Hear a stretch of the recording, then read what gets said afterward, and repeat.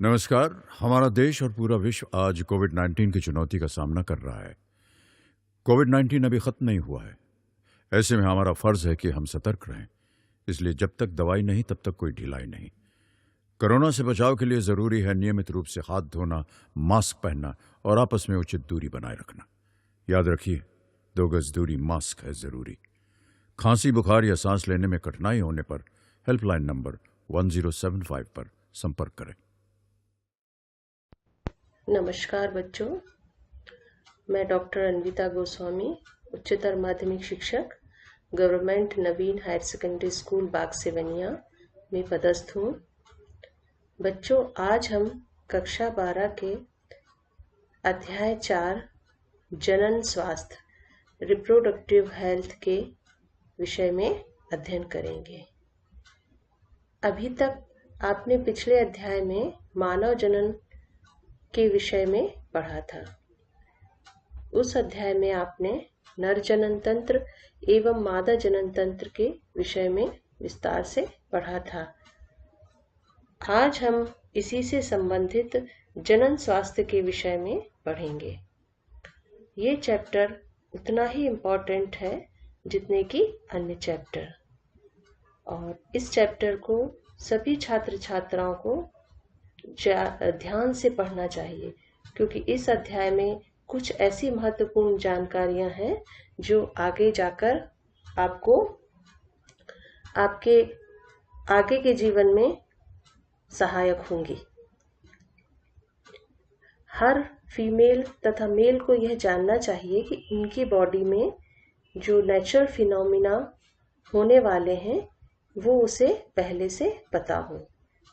ये सारी लाइफ के प्रोसेस हैं।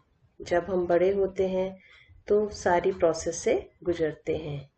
जब बच्चे बड़े होते हैं, किशोरावस्था से गुजरते हैं, तो इस समय उनके शरीर में होने वाले चेंजेस के विषय में या परिवर्तन के विषय में उन्हें जानकारी होना चाहिए, जिससे आगे जाकर वे गलतियां करने से बच सकें। जैसे फीमेल में होने वाली मेंस्ट्रुअल साइकिल उनकी ही शरीर की एक आवश्यक प्रक्रिया है, और यह एक नेचुरल प्रोसेस भी है। फीमेल्स की बॉडी में 12 से 14 वर्ष की उम्र में हार्मोनल चेंजेस होते हैं और यह साइकिल शुरू होती है।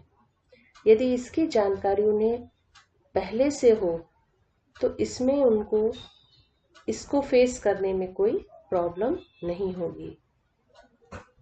इसलिए आज के समय में जो भी एडल्ट्स हैं, फैमिली के क्लोज रिलेटिव्स हैं, फ्रेंड्स हैं, टीचर्स हैं, सभी की ये ड्यूटी बनती है कि अपने बच्चों को इसके बारे में जानकारी अवश्य दें। किशोरावस्था में होने वाले चेंजेस के विषय में उन्हें बताएं, उनसे खुलकर बात करें। यदि हम ऐसा करते हैं तो उन्हें कोई प्रॉब्लम नहीं होगी, क्योंकि आजकल इन सब से रिलेटेड प्रॉब्लम्स ही ज्यादा होती हैं।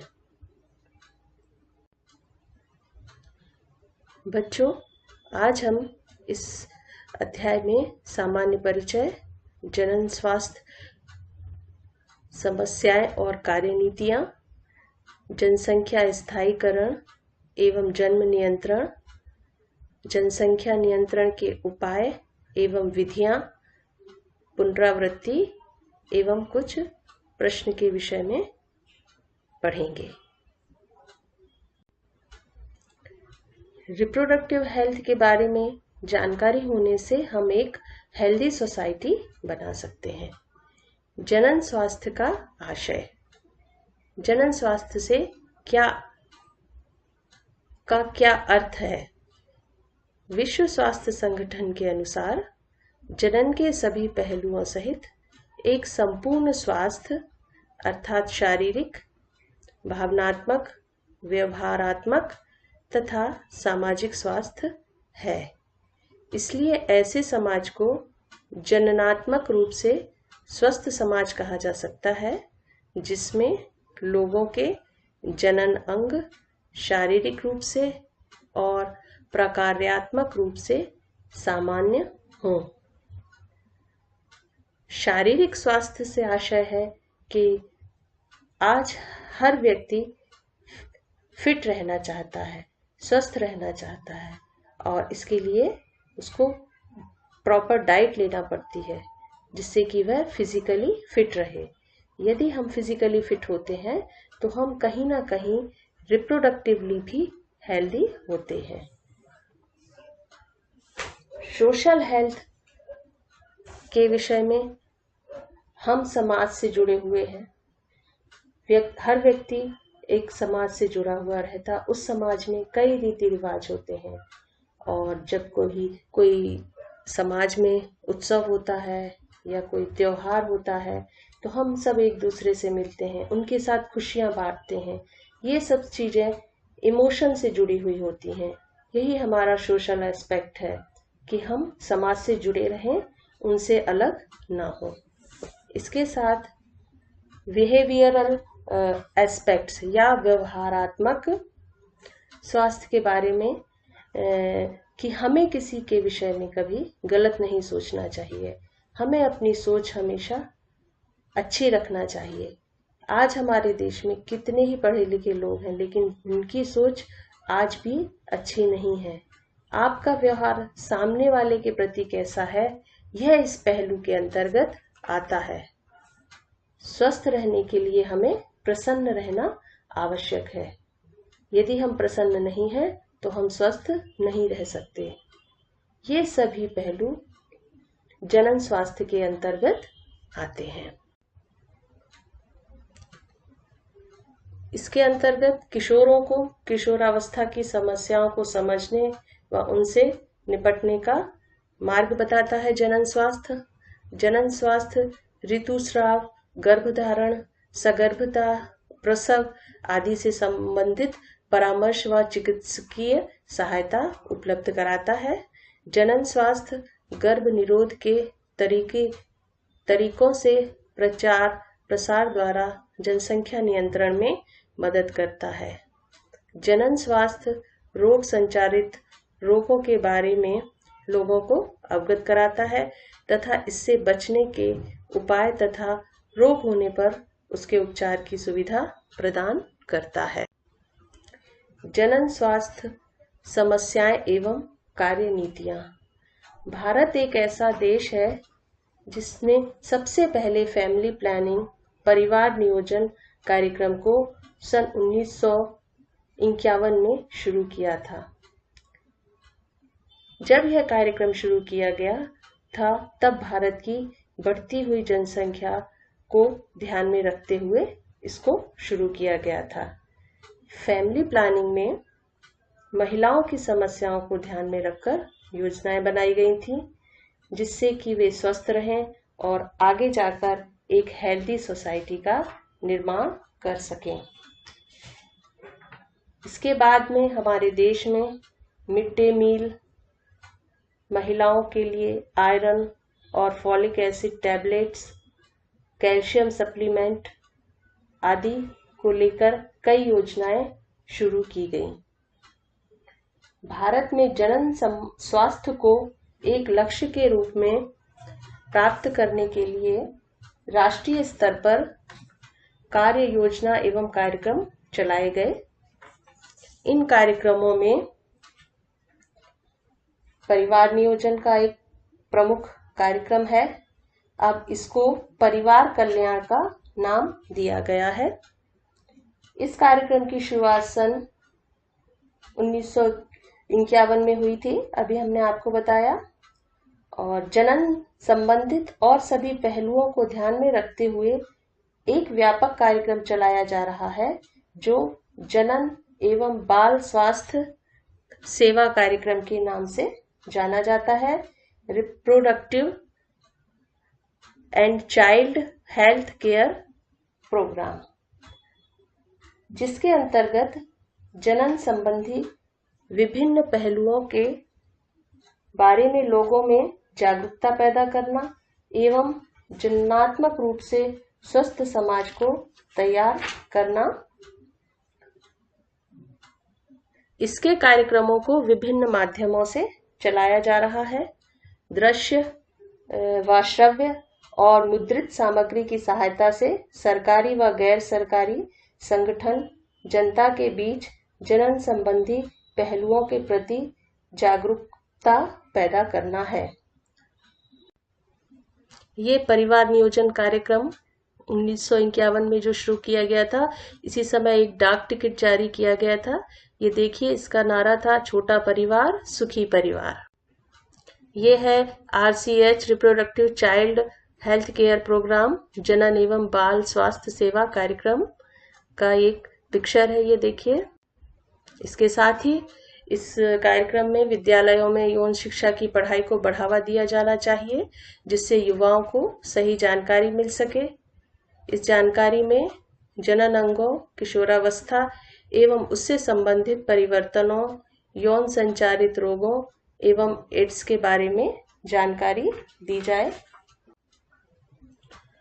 एवं विवाह योग्य आयु वाले लोगों को शिक्षित करना, जन्म नियंत्रक विकल्पों के बारे में बताना, गर्भवती महिलाओं की देखभाल, प्रसवोत्तर माँ और बच्चे की देखभाल और स्तनपान का महत्व, ये सभी इन दोनों कार्यक्रम के उद्देश्य। फैमिली प्लानिंग परिवार नियोजन कार्यक्रम के अंतर्गत उससे होने वाले फायदे के बारे में यहाँ दिखाया गया है। यदि हम फैमिली प्लानिंग को अपनाते हैं या अपने परिवार को नियोजित करते हैं तो उससे हमें किन समस्याओं से छुटकारा मिल जाता है, जैसे भूखमरी और गरीबी से हम अच्छे से बच्चों को शिक्षित कर सकते हैं, महिलाओं को सशक्त कर सकते हैं, बच्चों की हेल्थ पर ध्यान रख सकते हैं, माता की देखभाल कर सकते हैं अच्छे से और अपने पर्यावरण को बचा सकते हैं और पति पत्नी के बीच भी संबंधों को अच्छा रख सकते हैं तथा बीमारियों से भी बच सकते हैं। यह है मातृ एवं शिशु देखभाल संबंधित एक पिक्चर। इसके लिए इन सब भेदभाव को मिटाने के लिए कुछ और भी समस्याएं हैं जिनसे हमको निपटने की आवश्यकता है, जैसे लड़के और लड़की में भेदभाव नहीं करना, दोनों को समान अवसर देना, जनसंख्या वृद्धि से होने वाली समस्याओं और सामाजिक उत्पीड़न एवं यौन संबंधित अपराधों के बारे में जागरूकता पैदा करना ताकि इनको रोका जा सके और उपरोक्त जानकारी से ही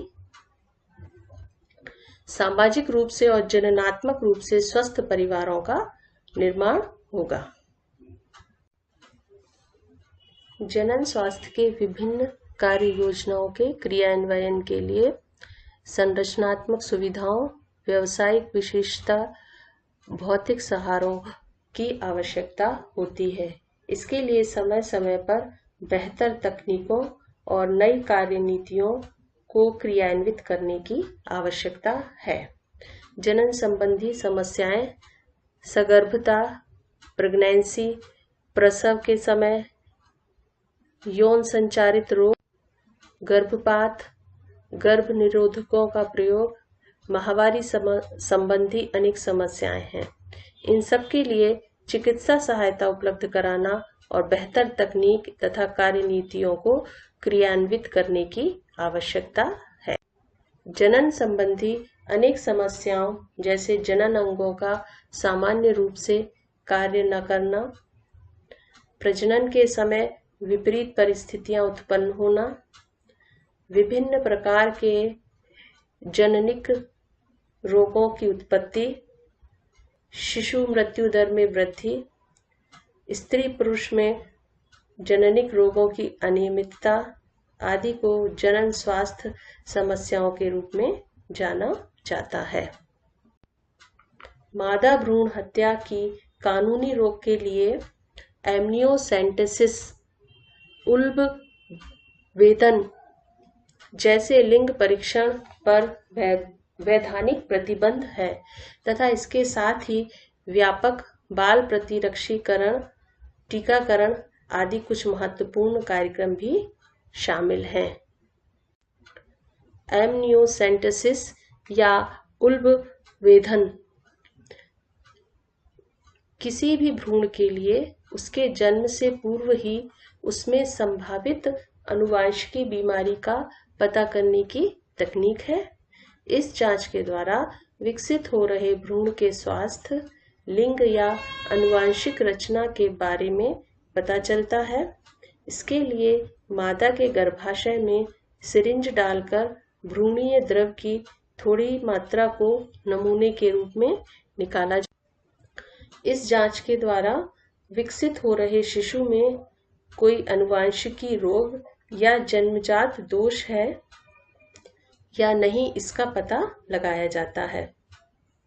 इसके द्वारा down syndrome, Klinefelter syndrome, Turner syndrome आदि गुणसूत्रीय अनियमितता का पता लगाया जाता है। लेकिन आजकल इसका उपयोग लिंग परीक्षण एवं गर्भपात के लिए ज्यादातर किया जाता है। इस स्थिति को देखते हुए इस परीक्षण पर कानूनी प्रतिबंध लगा दिया गया है। ये देखिए एमनियोसेंटेसिस प्रक्रिया का एक डायग्राम है, ये चित्र है। इसमें किस तरह से ये सिरिंज डालकर एमनियोटिक फ्लूइड को निकाला जाता है, फिर उससे जांच की जाती है। जनसंख्या स्थायीकरण और जन्म नियंत्रण। बेहतर स्वास्थ्य सुविधाओं तथा जीवन के रहन सहन की बेहतर परिस्थितियां होने के कारण जनसंख्या में विस्फोटक वृद्धि हुई है। किसी भी क्षेत्र की जनसंख्या वृद्धि के कारणों में मुख्यतः जन्म दर में वृद्धि, मृत्यु दर में कमी और जनन आयु की संख्या में वृद्धि होना है।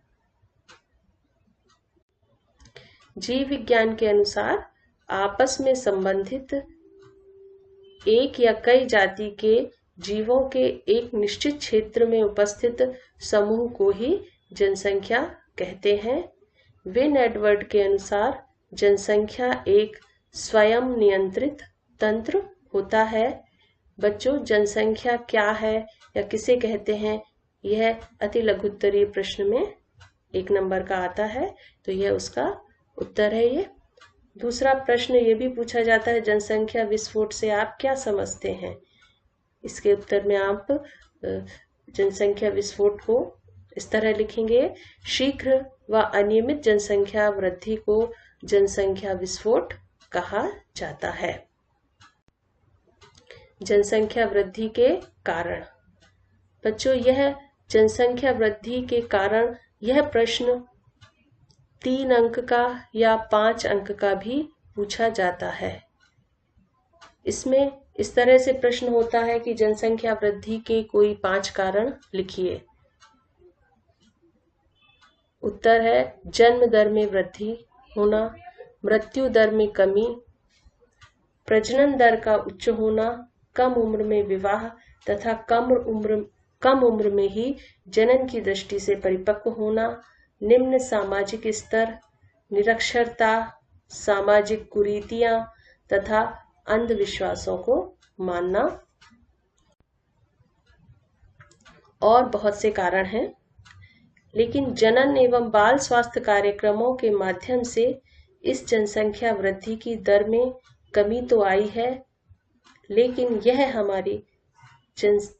हमारी जनसंख्या में लगातार वृद्धि होती जा रही है। यह कमी बहुत कम है।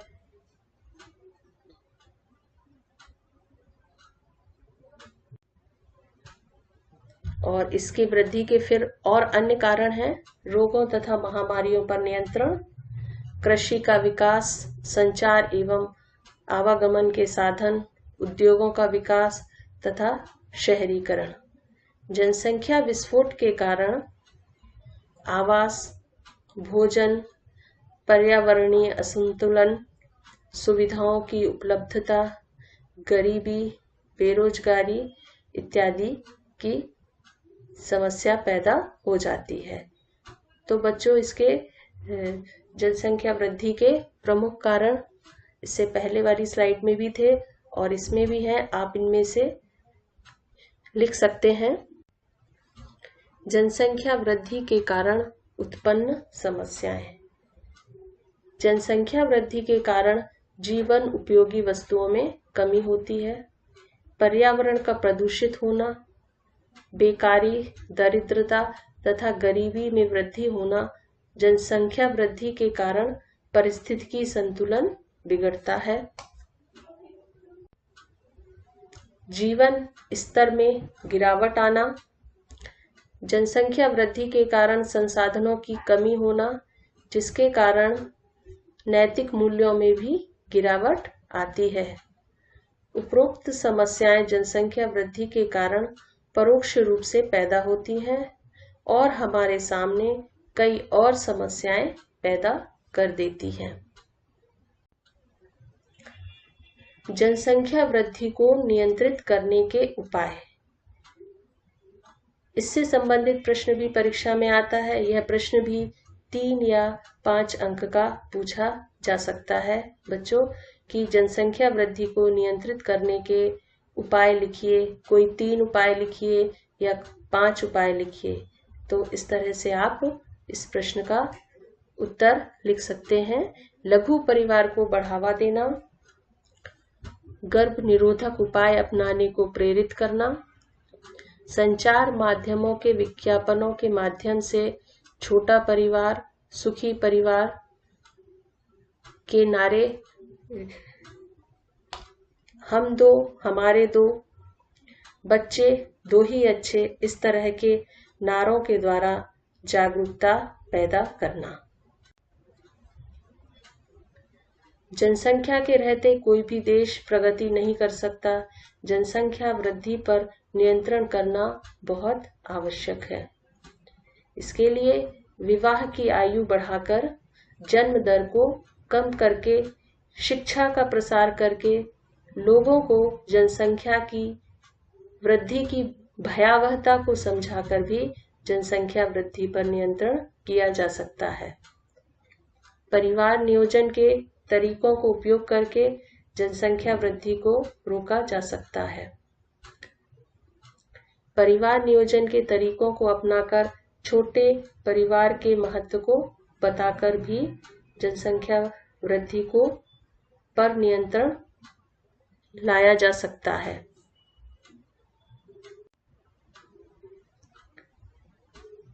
यह जनसंख्या वृद्धि के नियंत्रण के उपाय थे ये सब।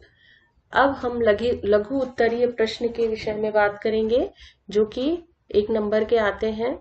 ये खालिस्तान में भी पूछे जा सकते हैं, विकल्प में भी, और एक शब्द या वाक्य में उत्तर दीजिए, इस तरह से ये प्रश्न पूछे जा सकते हैं। और इस यूनिट से 4 अंक के वस्तुनिष्ठ प्रश्न पूछे जाएंगे। और इसमें देखिए, पहला प्रश्न है, जनसंख्या का अध्ययन क्या कहलाता है? जनसांख्यिकी, या इसको कहते हैं डेमोग्राफी। परिवार नियोजन को अब किस नाम से जाना जाता है? परिवार नियोजन को कार्यक्रम को परिवार कल्याण कार्यक्रम के नाम से जाना जाता है। प्रश्न तीसरा, एमनियोसेंटेसिस का उपयोग किसकी पहचान के लिए किया जाता है? इसका आंसर है भ्रूण के आनुवंशिकी रोगों की पहचान के लिए। प्रश्न 4 है, विश्व जनसंख्या दिवस कब मनाया जाता है? इसका उत्तर है 11 जुलाई को विश्व जनसंख्या दिवस मनाया जाता है। प्रश्न 5, जन्म दर किसे कहते हैं? वर्ष में 1000 की संख्या पर हुए जन्मों की संख्या को जन्म दर कहते हैं। इसी तरह मृत्यु दर किसे कहते हैं? इसका उत्तर भी यही है कि वर्ष में 1000 की संख्या पर हुई मृत्यु की संख्या को मृत्यु दर कहते हैं।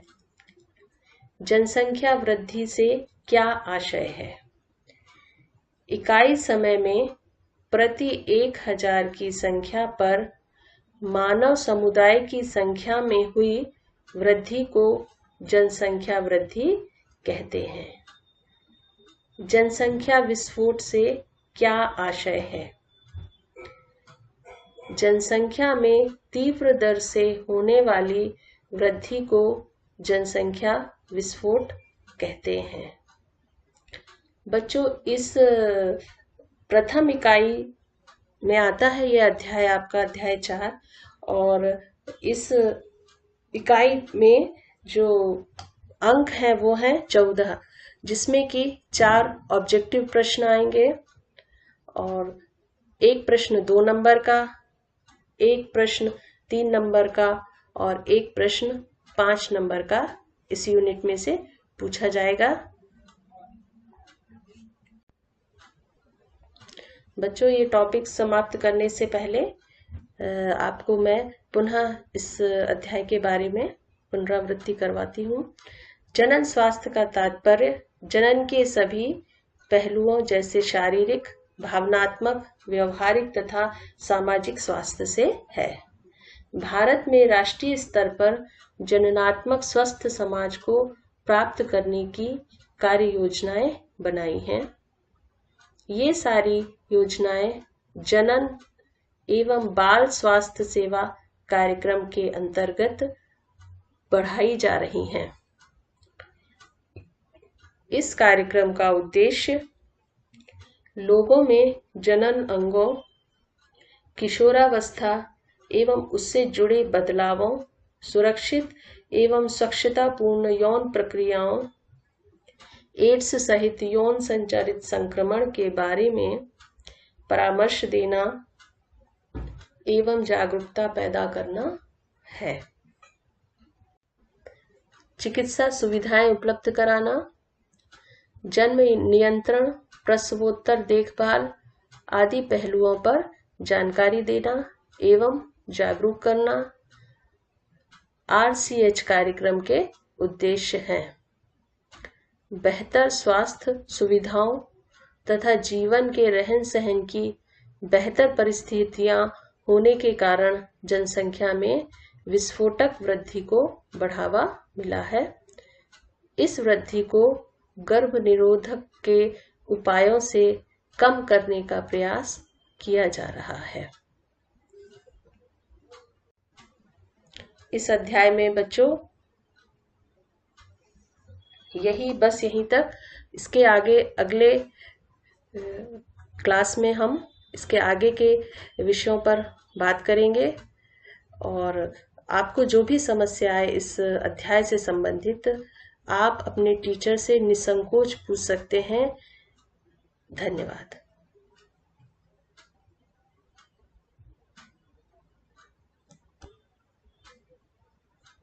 किशोरावस्था संबंधित समस्याओं के परामर्श हेतु समर्पित उमंग किशोर हेल्पलाइन के टोल फ्री नंबर 144225 पर संपर्क करें।